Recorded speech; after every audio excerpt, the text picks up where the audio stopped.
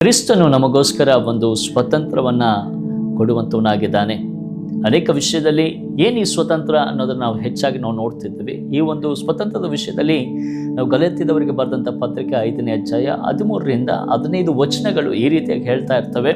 ನೋಡಿ, ಆತನು ನಮಗೋಸ್ಕರ ಕೊಟ್ಟಿರುವಂಥ ಸ್ವತಂತ್ರವನ್ನು ನಾವು ಶರೀರಾಧೀನ ಸ್ವಭಾವಗಳಿಗೆ ಬಳಸಿಕೊಳ್ಳದೆ ಆ ಸ್ವತಂತ್ರದಿಂದ ಮತ್ತೊಬ್ಬರಿಗೆ ಸೇವೆ ಮಾಡುವಂಥ ಭಾವವನ್ನು ಹೊಂದಿಕೊಳ್ಳ್ರಿ ಎಂಬುದಾಗಿ ಹೇಳ್ತಾರೆ.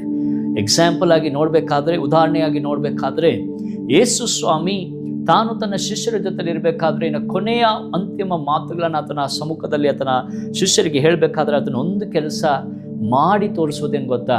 ಆತನ ಮೇಲಂಗಿಯನ್ನು ತೆಗೆದು ಆತನ ಸೊಂಟಕ್ಕೆ ಟವಲನ್ನು ಕಟ್ಟಿಕೊಂಡು ಆತನು ತಗ್ಗಿಸಿಕೊಂಡು ಮೊಣಕಾಲೂರಿ ಪ್ರತಿಯೊಂದು ಶಿಷ್ಯರ ಕಾಲನ್ನು ಎಳೆದು ಆತನು ಆ ಕಾಲುಗಳನ್ನು ನೀರಿನಿಂದ ಒದ್ದೆ ಮಾಡಿ ಒರೆಸ್ತಾ ಇದ್ದಾನೆ.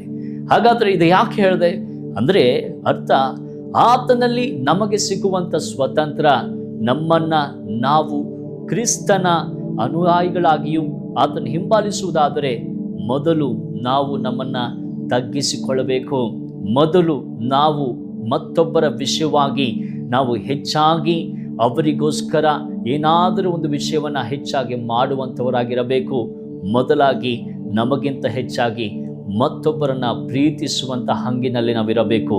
ಈ ಸ್ವತಂತ್ರ ನಮಗೋಸ್ಕರ ಕೊಟ್ಟಿರುವುದು ನಾವು ಶರೀರ ಭಾವವನ್ನು, ನಮ್ಮ ಸ್ವಾರ್ಥವನ್ನು ನಮಗೆ ಎಂಬುದಾಗೋಸ್ಕರವಲ್ಲ, ಮತ್ತೊಬ್ಬರಿಗೋಸ್ಕರ ಈ ಒಂದು ಸ್ವತಂತ್ರವನ್ನು ಕೊಟ್ಟಿರೋದು ಅವರಿಗೋಸ್ಕರ ಸೇವೆ ಮಾಡುವುದಕ್ಕೋಸ್ಕರವೇ ಹೊರತು ನಾವು ನಮ್ಮ ಸ್ವಾರ್ಥಿಗಳಾಗುವುದಕ್ಕೋಸ್ಕರವಲ್ಲ.